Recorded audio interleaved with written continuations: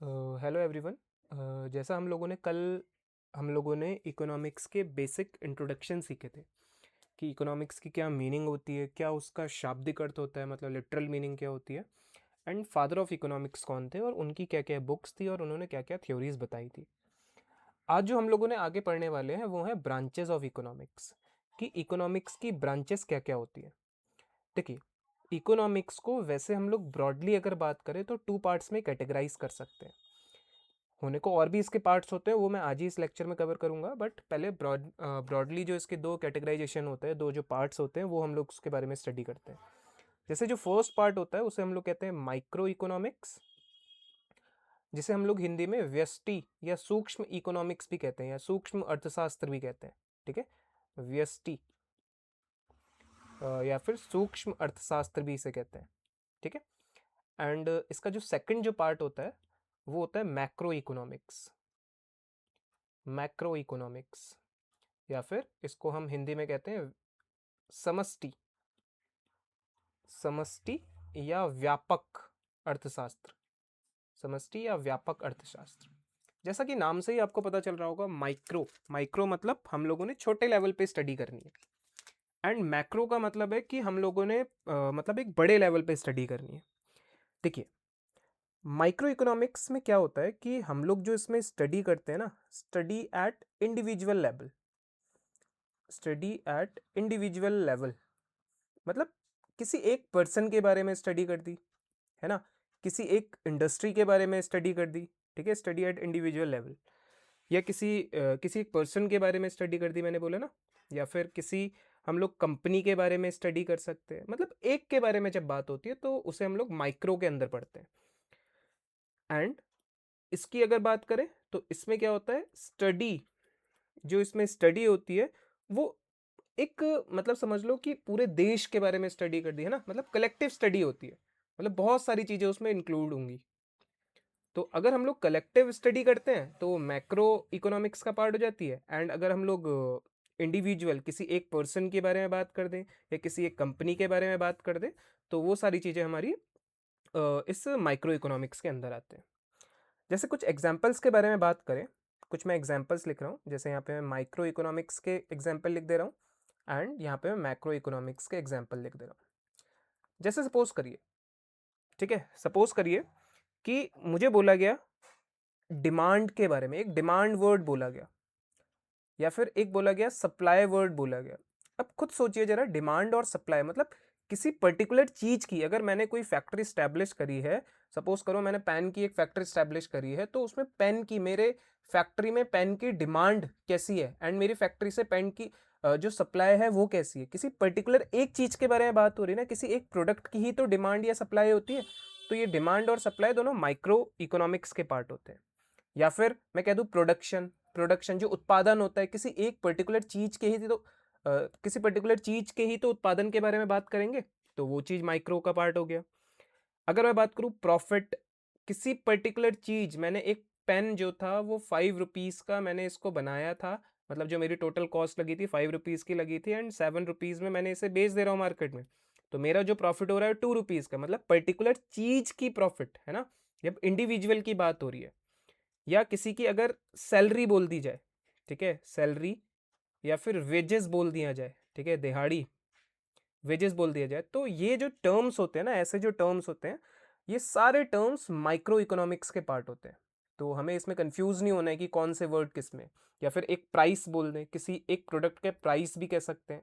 तो रिसेंटली एक क्वेश्चन आया था कि प्राइस थ्योरी किस इकोनॉमिक्स का पार्ट, किस इकोनॉमिक्स का पार्ट होता है, तो वो माइक्रो इकोनॉमिक्स, क्योंकि प्राइस के रिगार्डिंग अगर बात है तो ये। एंड मैक्रो में हम लोगों ने सीखा जब कलेक्टिव स्टडी होती है, मतलब पूरे देश की स्टडी होगी या पूरे, ऐसा समझ लीजिए स्टेट की स्टडी होगी, है ना।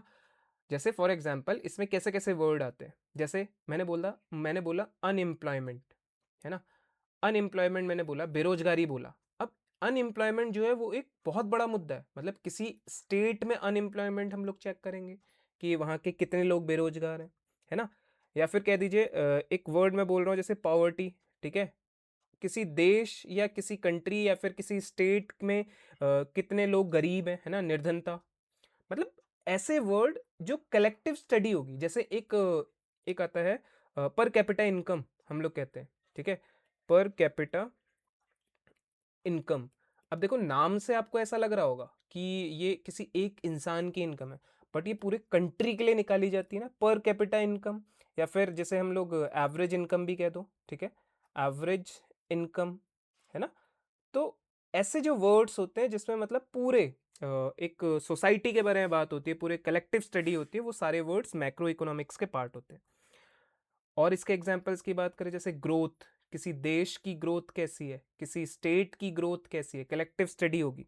अच्छा, अब जो मैंने ये वर्ड्स बताए थे ना माइक्रो इकोनॉमिक्स के, अगर इन्हीं वर्ड्स में जैसे प्राइस था, अगर एक वर्ड आ गया एग्रीगेट प्राइस, ठीक है, एग्रीगेट प्राइस आ गया, एग्रीगेट प्राइस आ गया, या फिर एक वर्ड आ गया सपोज करो एवरेज प्राइस आ गया, है ना।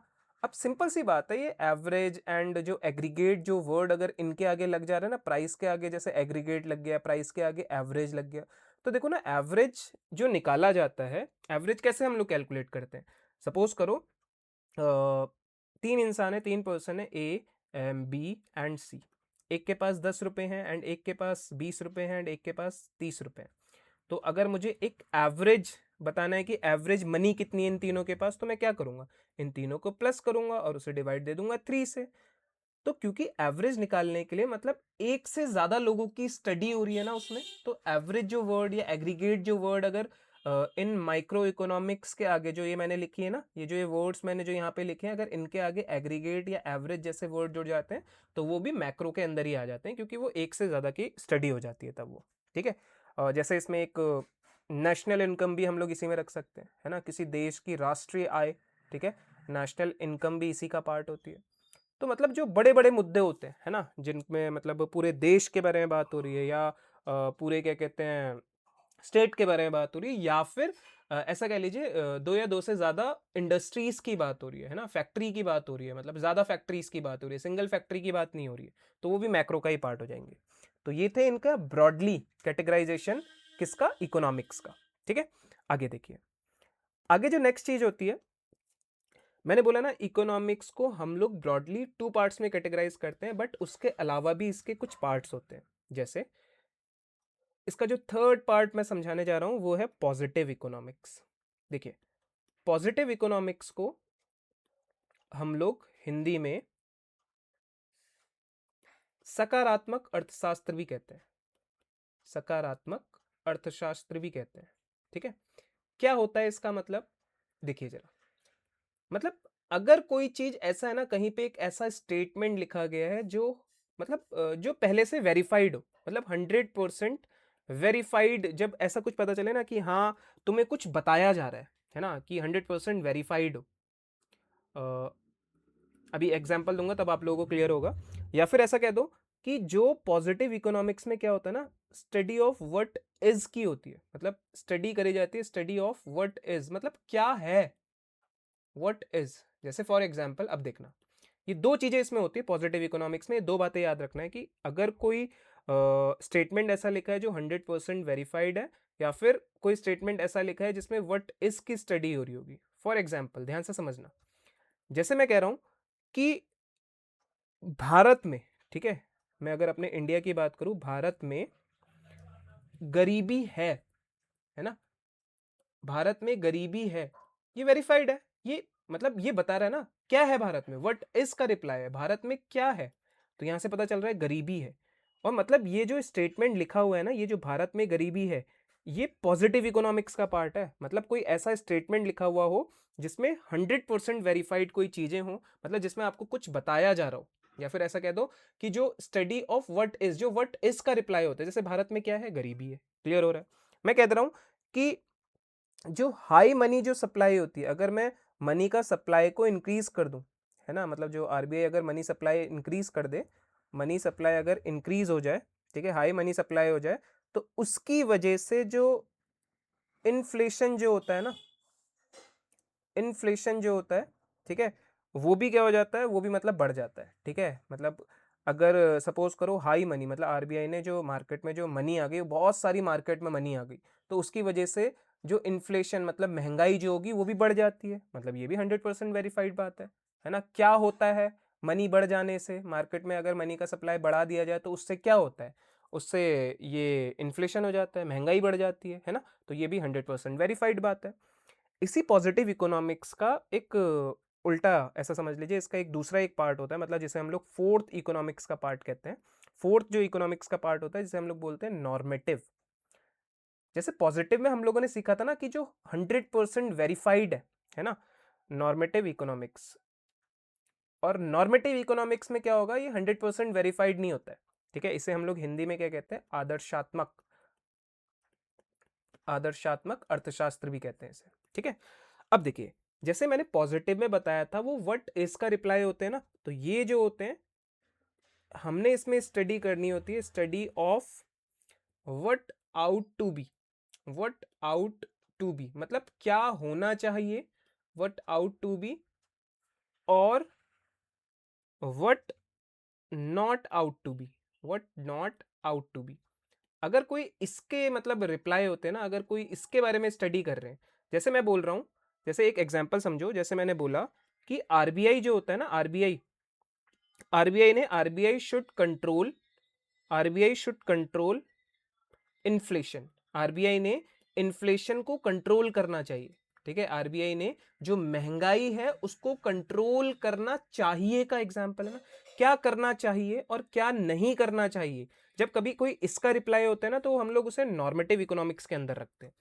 और अगर जब किसी में व्हाट इज का रिप्लाई है, मतलब क्या है, मतलब अभी की प्रेजेंट स्थिति क्या है, कि जैसे भारत में गरीबी है ना, व्हाट इज का रिप्लाई है। और अगर कोई रिप्लाई होता है व्हाट आउट टू बी और what not ought to be, मतलब RBI should control inflation, RBI जो है उसने महंगाई को कम करना चाहिए।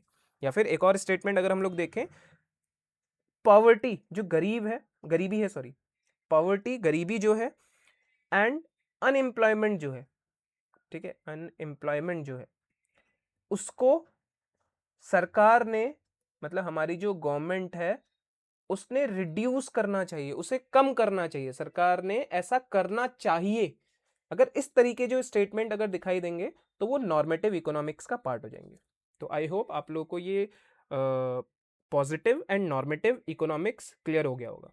आगे देखिए, एक और इसका एक पार्ट आता है जिसे हम लोग नेक्स्ट पार्ट इकोनॉमिक्स का जो फिफ्थ पार्ट है जिसे हम लोग उसके अंडर पढ़ते हैं। मतलब बेसिकली ये पहले कोई पार्ट नहीं था, बट क्या हुआ ना कि इकोनॉमिक्स की वजह से एनवायरनमेंट में होने वाले जो हार्मफुल इफेक्ट है उसको देखते हुए इस मतलब ये जो पार्ट है ये एक पार्ट आया इकोनॉमिक्स में, ठीक है।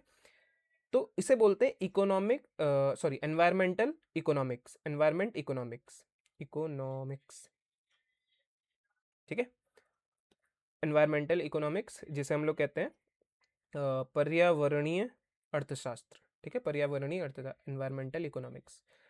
क्या होता है बेसिकली, देखो अब क्या हो रहा था ना, हम लोग क्या कर रहे थे, देखो इकोनॉमिक्स में हमने पढ़ा था कि हम लोगों ने रिसोर्सेस को यूज करना सीख रहे थे, हम लोग रिसोर्सेस को यूज कर रहे थे। या इकोनॉमिक्स में हम लोग क्या कर रहे थे, इकोनॉमिक्स में हम लोग वेल्थ के ऊपर ध्यान दे रहे थे, हम ऐसे क्या काम करें जिससे हमारी वेल्थ इंक्रीज हो जाए, पैसा हमारे पास बढ़ जाए। बट अगर हम लोगों ने वेल्थ बढ़ाने के लिए, जैसे एक एग्जांपल समझो, वेल्थ बढ़ाने के लिए अगर मैंने एक पेपर मिल, ठीक है, एक पेपर मिल स्टैब्लिश करी, एक पेपर मिल लगाई, अब उससे जितना भी गंदा वाटर था, ठीक है, पॉल्यूटेड जो वाटर था, वो मैंने क्या करा, उस पॉल्यूटेड वाटर को किसी रिवर में छोड़ दिया, है ना, किसी रिवर में छोड़ दिया। तो अब देखिए उससे क्या हुआ, उससे एनवायरमेंट इफेक्ट हुआ ना, इससे जो हमारा एनवायरमेंट था वो कैसा हो गया, वो इफेक्ट हो गया, पॉल्यूटेड हो गया, है ना। तो बेसिकली हम लोगों ने एनवायरमेंटल इकोनॉमिक्स में इसी चीज के बारे में स्टडी करनी होती है कि इकोनॉमिक्स की वजह से हम लोग अपनी वेल्थ बढ़ाने के लिए चीजें तो कर रहे हैं, बट उसकी वजह से एनवायरमेंट या नेचुरल रिसोर्सेज में कितना हार्म पहुंच रहा है, ठीक है, नेचुरल जो रिसोर्सेज है उनमें कितना हार्मफुल वो चीजें साबित हो रही है। तो वो सारी चीजें हम लोगों ने इस एनवायरमेंटल इकोनॉमिक्स के अंदर पढ़नी होती है। तो ये थे टोटल इकोनॉमिक्स के कुछ पार्ट। अब आइए कुछ और बेसिक चीजों के बारे में स्टडी करते हैं।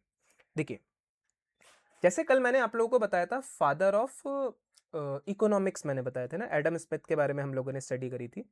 ऐसे ही देखिए, आज मैंने इकोनॉमिक्स के दो पार्ट्स बताए, माइक्रो और मैक्रो। तो देखिए, फादर ऑफ माइक्रो इकोनॉमिक्स अगर पूछा जाए ना, फादर ऑफ माइक्रो इकोनॉमिक्स, तो उनका जो मतलब जो फादर ऑफ माइक्रो इकोनॉमिक्स की अगर बात करें तो मतलब माइक्रो इकोनॉमिक्स के जनक किसे बोलते हैं, तो वो होते हैं अल्फ्रेड मार्शल। ठीक है, अल्फ्रेड मार्शल को फादर ऑफ माइक्रो इकोनॉमिक्स बोला जाता है। कहाँ के रहने वाले थे ये ब्रिटेन के रहने वाले थे। ठीक है, याद रखना इनकी। और देखिए, इन्होंने एक बुक लिखी थी, इन्होंने एक बुक लिखी थी जिसका नाम था प्रिंसिपल ऑफ इकोनॉमिक्स। ठीक है, इस बुक का नाम क्या था, प्रिंसिपल ऑफ इकोनॉमिक्स, मतलब इकोनॉमिक्स के कुछ सिद्धांत बताए थे इन्होंने, प्रिंसिपल ऑफ इकोनॉमिक्स। और ये कब लिखी थी इन्होंने, 1890 में लिखी थी, 1890 में लिखी थी। तो फर्स्ट फैक्ट ये याद रखना। एंड देखिए नेक्स्ट, अब जैसे फादर ऑफ माइक्रो इकोनॉमिक्स पढ़े, सिमिलर वे में हमें ये भी पता होना चाहिए फादर ऑफ मैक्रो इकोनॉमिक्स कौन होते हैं। ठीक है, मतलब व्यष्टि और समष्टि बोला था ना, तो व्यष्टि अर्थशास्त्र के जो जनक थे वो अल्फ्रेड मार्शल थे, और समष्टि मतलब माइक्रो इकोनॉमिक्स के जो जनक हैं या जो उसके जो फादर हैं, उनका जो श्रेय जाता है वो है जे.एम. कीन्स। ठीक है, जे.एम. कीन्स को बोला जाता है फादर ऑफ मैक्रो इकोनॉमिक्स। ये भी ब्रिटेन के ही रहने वाले थे, तो इनके प्लेस भी याद रखना कि कहाँ से बिलोंग करते थे, ब्रिटेन के ही रहने वाले थे। और इनकी भी एक बुक आती है, बट इनकी जो बुक होती है वो थोड़ा सा बाद में आती है, क्योंकि पहले ना इंडिविजुअल लेवल पे स्टडी हुई थी, उसके बाद पूरे देश की स्टडी, ये सब चीज़ें ये इस लेवल पे मतलब बातें स्टार्ट हुई थी मैक्रो लेवल पे। तो इसीलिए पहले इनकी बुक आती है 1890 में, और मैक्रो इकोनॉमिक्स के जो फादर है जे.एम. कीन्स, इनकी बुक जो आती है 1936 में आती है। और इनकी जो बुक का नाम होता है the general theory of employment, the general theory of employment. ठीक है, तो ये चीज़ याद रखना। और इसके साथ साथ कुछ और बेसिक स्टडी भी है। देखिए, जैसे हम लोगों ने पढ़ लिया कि माइक्रो इकोनॉमिक्स के फादर एंड मैक्रो इकोनॉमिक्स के फादर, बट एक कॉन्सेप्ट यहां से ये भी आता है कि जो फर्स्ट टाइम जो माइक्रो एंड जो मैक्रो जो वर्ड है ना, ये किसने कॉइन करा था, मतलब किसने इस माइक्रो मतलब व्यष्टि और समष्टि जो ये वर्ड है, इसको किसने सबसे पहले कॉइन करा था, मतलब किसने सबसे पहले इन वर्ड्स को बताया था, कॉइन बाय। ठीक है, firstly coin by these word, firstly coin by micro and macro. ठीक है, ये जो वर्ड थे ये किसने मतलब कॉइन करे थे, किसने दिए थे, तो वो थे रैगनर फ्रिस्क। ठीक है, रैगनर फ्रिस्क नाम याद रखना। और ये जो रहने वाले थे, थोड़ा सा इनका चेंज है, ये नॉर्वे के रहने वाले थे। ठीक है, तो ये बेसिक स्टडी और ये कर लेना। ठीक है, सिमिलर वे में हम लोगों ने पढ़ लिया कि फादर ऑफ इकोनॉमिक्स कौन थे and father of micro economics कौन थे, फादर ऑफ मैक्रो इकोनॉमिक्स कौन थे, माइक्रो और मैक्रो जो वर्ड है वो किसने दिया है। इसी के साथ साथ हम लोगों ने एक ये लास्ट चीज, हमें एक चीज ये याद रखनी है कि फादर ऑफ, कभी कभी पूछ देते हैं ना, father of Indian economy, Indian economy के फादर, इंडियन इकोनॉमी के फादर, इनका जो श्रेय जाता है, मतलब भारतीय इकोनॉमी के जो जनक हैं वो कौन है, वो बोला जाता है कौटिल्य को, या चाणक्य, जिसे आप लोगों ने एक नेम सुना होगा, चाणक्य। ठीक है, चाणक्य बोल दो या फिर कौटिल्य बोल दो, है ना। या फिर इनका एक तीसरा नेम भी होता है, विष्णुगुप्त भी होता है, विष्णुगुप्त। एज सच कोई रीज़न नहीं था, बट क्योंकि इनकी एक बुक थी, एक इन्होंने एक बुक लिखी थी, उस बुक का नाम था अर्थशास्त्र। ठीक है, उस बुक का नाम था अर्थशास्त्र, बुक था बुक का नाम। तो इस वजह से इन्हें बस फादर ऑफ इंडियन इकोनॉमी बोला जाता है। ठीक है, बट ये जो अर्थशास्त्र जो बुक थी ना, उसमें इकोनॉमिक से रिलेटेड कोई चीज़ें नहीं थी, इकोनॉमिक से रिलेटेड कोई भी चीज़ें नहीं थी। इन्होंने इसमें पॉलिटिकल एस्पेक्ट को बताया था कि किसी देश में कैसे राजनीति करी जाती है। ठीक है, पॉलिटिकल एस्पेक्ट को बताया था कि कैसे किसी देश में राजनीति करी जाती है। ठीक है, पॉलिटिकल एस्पेक्ट्स को इसमें इसमें इन्होंने डील करा था। तो ये चीज़ याद रखना, father of Indian economy Vishnugupta या कौटिल्य या चाणक्य बोला जाता है। इनकी एक बुक थी अर्थशास्त्र, जिसमें अर्थशास्त्र से रिलेटेड कोई भी बात नहीं थी, इसमें जो बात थी पॉलिटिकल एस्पेक्ट्स के बारे में बात की गई थी। ठीक है, तो आज हम लोगों ने इकोनॉमिक्स के कुछ पार्ट्स पढ़े। अब कल मैं इकोनॉमी के बारे में बताऊंगा। आज हमने पार्ट्स पढ़े हैं इकोनॉमिक्स के, तो आई होप आप लोगों को ये सारी चीज़ें क्लियर हुई होंगी। कल का जो हमारा टॉपिक रहने वाला है वो हमारा टॉपिक होगा टाइप्स ऑफ इकोनॉमी। उससे पहले मैं समझाऊंगा कि इकोनॉमिक्स एंड इकोनॉमी में क्या डिफरेंस होता है। तो थैंक यू सो मच।